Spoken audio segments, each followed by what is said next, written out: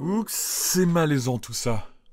Bonjour tout le monde, j'espère que vous allez bien, ça faisait super longtemps que je vous avais pas proposé une petite vidéo et aujourd'hui c'est un petit peu spécial parce que nous allons faire un deuxième quiz. Vous commencez à avoir l'habitude, j'avais déjà fait une vidéo à Noël pour vous aider à devenir incollable sur ces fêtes, on va refaire la même chose aujourd'hui sur l'amour.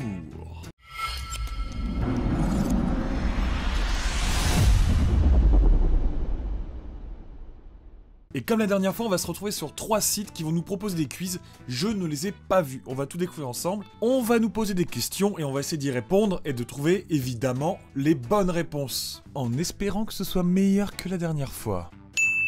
Si vous l'avez pas vu, je l'affiche là. Là. Cliquez là. Premier quiz, nous sommes sur le site quiz.biz. Il nous propose un quiz spécial Saint-Valentin. Niveau difficile, 52% de réussite. On va essayer d'être au-dessus de la moyenne. Première question. Quel est le jour de la Saint-Valentin? Vous l'avez? Vous l'avez? Vous l'avez pas? Vous l'avez pas? Vous l'avez? Allez, je vais vous donner la réponse. C'est le 14 février. Quelles fleurs offre-t-on généralement à la Saint-Valentin? Des roses roses, des roses rouges ou des roses blanches? Je suis pas le mec le plus romantique du monde. Ça se voit peut-être là, en fait. Avec ma tête de métalleux, c'est grillé. J'offrirai des roses noires. Le truc le plus gothique au monde, c'est cliché, c'est horrible. C'est des roses rouges. Au Moyen-Âge, la Saint-Valentin était associée à l'amour. Romantique, physique, platonique. Bonne question. Romantique. Au Moyen-Âge, le romantique, je sais pas si c'était trop d'actualité. On était plutôt occupé à essayer de pas se faire cramer nos champs et pas se faire traiter de sorcière pour se faire cramer. À mon avis, le romantique, à moins de faire l'amour autour d'un feu de joie. Ah, qu'est-ce qu'elle a dû en voir des couples copuler devant elle pendant qu'elle cramait, Jeanne d'Arc. Le romantisme. Je dirais plutôt platonique. Quatrième question. Le jour de la Saint-Valentin a longtemps été la fête des célibataires. Quel jeu pratiquaient les jeunes célibataires ce jour-là? Colin Maillard, le chat perché, cache-cache. Alors c'est que des jeux de merde. Moi je ferai un petit PUBG, on s'envoie bien, je lui fous un coup de bâté dans la gueule. C'est plié, elle se retrouve là-dedans. Si je dis pas de conneries, Colin Maillard, c'est le jeu où on a une sorte de foulard dans la poche, il faut essayer de le choper. Chat perché, non, c'est nul, ça a jamais été un jeu rigolo. Qu'on soit au Moyen-Âge, à la préhistoire, aujourd'hui, ça n'a jamais été drôle. Et cache-cache, je vois bien plutôt la Renaissance. Vous voyez, imaginez Marie-Antoinette courir dans ses petits jardins. Bah voilà, j'imagine plutôt ça, donc je dirais Colin Maillard. Cinquième question, la fête de l'amour est également le 14 février en Angleterre. Ils répondent à la question numéro 1. Et ce, depuis le 14e siècle. Donc 14e siècle, quelle année? 1300. Alors, pourquoi? Les Anglais pensaient que c'était le jour d'accouplement des oiseaux. Les Anglais pensaient que ce jour était le plus fécond de l'année par rapport au calendrier romain. Les Anglais pensaient que les mariages tenaient plus longtemps lorsqu'ils étaient célébrés ce jour-là. Je vais répondre les Romains, sans aucune conviction, soyez-en témoins. Au Japon, il vaut mieux être un homme qu'une femme lors de la Saint-Valentin. Pourquoi? Les femmes doivent se soumettre aux envies de leurs hommes sans broncher. Excellent. Les femmes reçoivent énormément de chocolat et doivent manger au moins 3 par respect pour l'homme qui les lui a offerts. C'est tellement con que ça pourrait être japonais. Les femmes sont obligées d'offrir des chocolats aux hommes de leurs entourages. Je vais répondre le respect et le chocolat. Au Brésil, on ne parle pas de la Saint-Valentin, mais de Dia dos Namorados, au jour des amoureux. Quand est-il férié? Le 14 février, le 12 juin, le 10 novembre. Aucune idée, on va répondre le 14 février. Il existe en France une ville appelée Saint-Valentin, en Indre, à 260 km de Paris, et qui possède un magnifique jardin des amoureux et son kiosque. Palais des amoureux et son boudoir. Pont des amoureux et son sol pleureur. C'est tellement romantique, je vais répondre le pont des amoureux. La ville de Saint-Valentin possède également un arbre à cœur. Il consiste à... Le couple achète une petite plaque de métal en forme de cœur où il fait graver leur prénom et l'attache aux branches de l'arbre. Trouver la date, jour et mois de rencontre du couple et y faire graver un pinson. S'embrasser sous l'arbre en tenant chacun le cœur représentant ses initiales. Alors en vrai, il n'y a pas assez de place pour que tout le monde aille y faire graver un truc. Trouver la date, jour et mois de rencontre et y faire graver un pinson. On va répondre s'embrasser sous l'arbre. L'origine la plus vraisemblable de la Saint-Valentin viendrait de Rome et de ses Lupercales, qui était la fête de la nativité, la fécondité, la moisson. J'enlève moisson. Bah la fécondité c'est la fête des amoureux, c'est pas la fête de la naissance.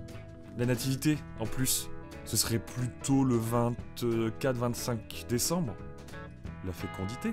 On a fini ce premier test, on va voir les réponses. 20% de bonnes réponses. C'était bien un amour physique. Il jouait à cache-cache et non pas à Colin-Maillard. Les Anglais pensaient que c'était le jour d'accouplement des oiseaux. Et au Japon, on avait mongolisé sur cette question, les femmes sont obligées d'offrir des chocolats aux hommes de leur entourage. Au Brésil, c'est le 12 juin. À Saint-Valentin, il y a un jardin des amoureux et son kiosque. Et ici, le couple doit acheter une plaque de métal où il fait graver leur nom. Et il l'attache aux branches. L'arbre doit être ultra lourd. Et enfin, la fécondité, on avait une bonne réponse. Vous, soyez francs, dites-moi en commentaire si vous aviez les mêmes réponses que moi. Soyez honnêtes. Ça y est, on est parti pour le deuxième quiz sur westfrance.fr. Connaissez-vous tout sur la Saint-Valentin? Logiquement, maintenant, oui. Première question, pourquoi fête-t-on la Saint-Valentin, jour des amoureux, le 14 février? On croyait que les oiseaux s'accouplaient ce jour-là. Au fait, qui était Saint-Valentin? On n'a pas encore eu la question. Un paysan gaulois, un prêtre romain, un pêcheur romain. On va mettre un prêtre. Bonne réponse. Question suivante. Qu'est-ce qu'une Valentine? Simplement le prénom féminin de Valentin, un chocolat avec une liqueur à l'intérieur, un message d'amour. On dit une Valentine. Bah Valentine, Valentine c'est le prénom féminin, c'est trop facile. Un message d'amour, je savais pas. En France, il existe une commune qui s'appelle Saint-Valentin. Vrai? De quel dieu grec le dieu romain Cupidon est-il l'équivalent? Eros, Apollon, Héra. Je connais pas du tout les dieux. Un peu au hasard, Eros.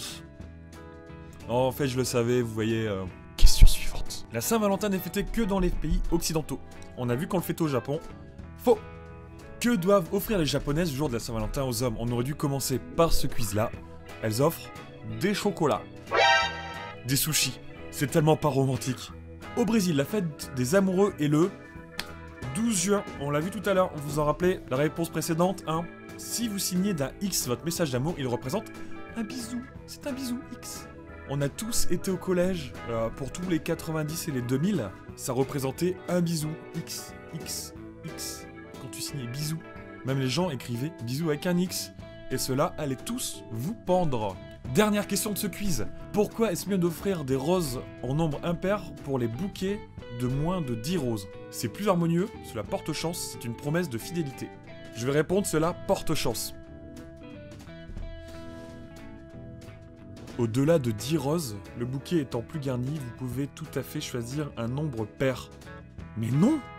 Il y a 9 roses ou 8, c'est la même chose! Ou alors c'est l'excuse pour n'en prendre qu'une. Une, c'est impair. Ferme ta gueule, tu peux rien dire. Tu peux rien dire.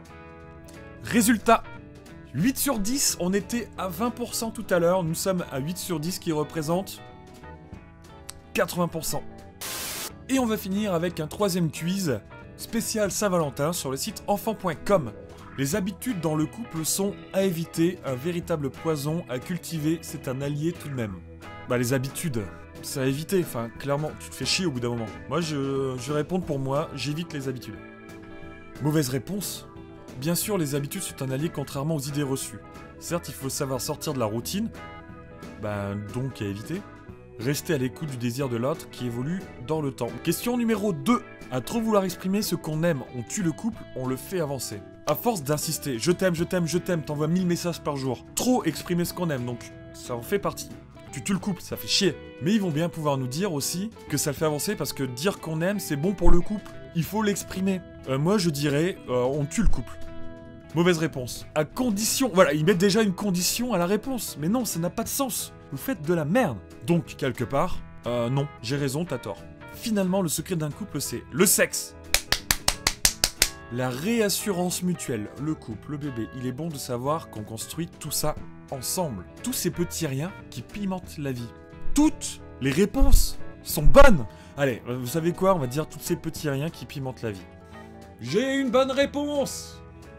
Le massage, rien de mieux pour le couple. Oui, mais c'est tout un art, il faut connaître les bons gestes. Sinon, vous risquez de vous faire plus de mal que de bien, que du bonheur pour le couple. J'ai envie de dire, qu'il soit bien fait, qu'il soit mal fait, c'est l'intention qui compte. Mais vu que c'est un questionnaire de merde, on va dire qu'il faut connaître les bons gestes. Parce que ça peut faire bobo. Vous comprenez? Mauvaise réponse. C'est que du bonheur. Et ben voilà, j'avais raison. Ah, on va pas considérer cette réponse comme la réponse. J'essaye déjà de gruger, putain. Question suivante. Pour une pincée d'aphrodisiaque dans vos assiettes, vous misez sur huîtres au champagne, moelle au chocolat, Les huîtres, je déteste ça. Je dirais que les fraises représentent plus l'amour. Et le champagne aussi. En fait, on va dire huîtres au champagne, fraises chantilly. On prend pas de risque. Allez, les fraises. Mauvaise réponse. La dispute explose. Dans la cohue du marché, votre bébé hurle de faim. La faute à qui? Évidemment, à maman, qui n'a pas voulu sortir son sein pour lui donner à manger. Parce qu'elle est trop pudique, elle veut pas montrer ses seins aux passants, qui eux seraient bien contents. Une pierre deux coups, le bébé a mangé, les passants sont contents. Voilà, c'est tout au bout d'un moment. Votre gardement de 4 ans qui traîne des pieds pour rentrer du square. Votre homme de 34 ans qui traîne des pieds pour faire les courses le matin. Personne, vous respirez un bon coup et vous lancez. Des crêpes pour tout le monde, ça vous dit. Mais c'est quoi cette question de merde? Personne, on rentre et tu fais-moi des crêpes. Bonne réponse. Vous adoptez, sans le savoir, le MBSR, Mindfulness Based Stress Reduction. Une technique américaine qui propose de prendre conscience de ses tensions et de les apaiser. Tout simplement, ton mec te pète les couilles, ton gosse te pète les couilles, fais-lui des crêpes et ferme ta gueule. L'inviter à danser, ça change. Seul ombre au tableau, voilà 10 ans que vous ne dansez plus, vous n'avez aucun sens du rythme, votre tout petit veut être de la fête. Eh bah tu ramènes le petit à la fête, emmenez-le, dansez à 3, ça fera des putains de souvenirs. Réponse, bonne réponse. On va voir si j'avais raison. La seule mauvaise bonne excuse. Laissez-le être dans la fête en début de soirée. Danser est bon pour la santé et le couple. C'est prouvé. Si enfant.com me dit que c'est prouvé, je vois pas de raison d'en douter. Sans aller jusqu'à lui faire la danse du ventre, qui affine la taille et les chevilles, et pourquoi pas. Putain, faites-le twerker le gosse, franchement. Et du coup, ce quiz est bien pourri, beaucoup trop philosophique, ça dépend toujours bien évidemment des couples. Chaque couple est différent, profitez un maximum de votre couple, de votre partenaire, de vos enfants, de votre famille, comme vous l'entendez, dans le respect de chacun. C'est beau. C'est beau, putain. Et voilà les amis, c'est déjà la fin de cette vidéo, deuxième quiz, voilà. Je vais pas en faire à tous les événements, bien évidemment, mais ça me fait plaisir de découvrir des choses, vous faire découvrir des choses aussi. Les questions étaient rigolotes, j'espère qu'on a pu s'amuser un petit peu. J'espère que vous avez appris des choses et je vous souhaite à toutes et à tous une bonne Saint-Valentin. Ne dépensez absolument rien en cadeau, c'est inutile. Un petit repas chez vous, à la rigueur un petit restaurant, faites-vous plaisir, restez à deux, profitez de votre soirée, posez-vous dans le canapé, regardez la télé, faites ce que vous voulez. Mais ne claquez pas des thunes, ne rentrez pas dans ce jeu-là, c'est nul. Si vous avez aimé cette vidéo, n'hésitez pas à mettre un petit pouce bleu, à commenter, à la partager sur les réseaux sociaux, ça fait super plaisir. Moi je vous dis à très bientôt pour une nouvelle vidéo. Salut!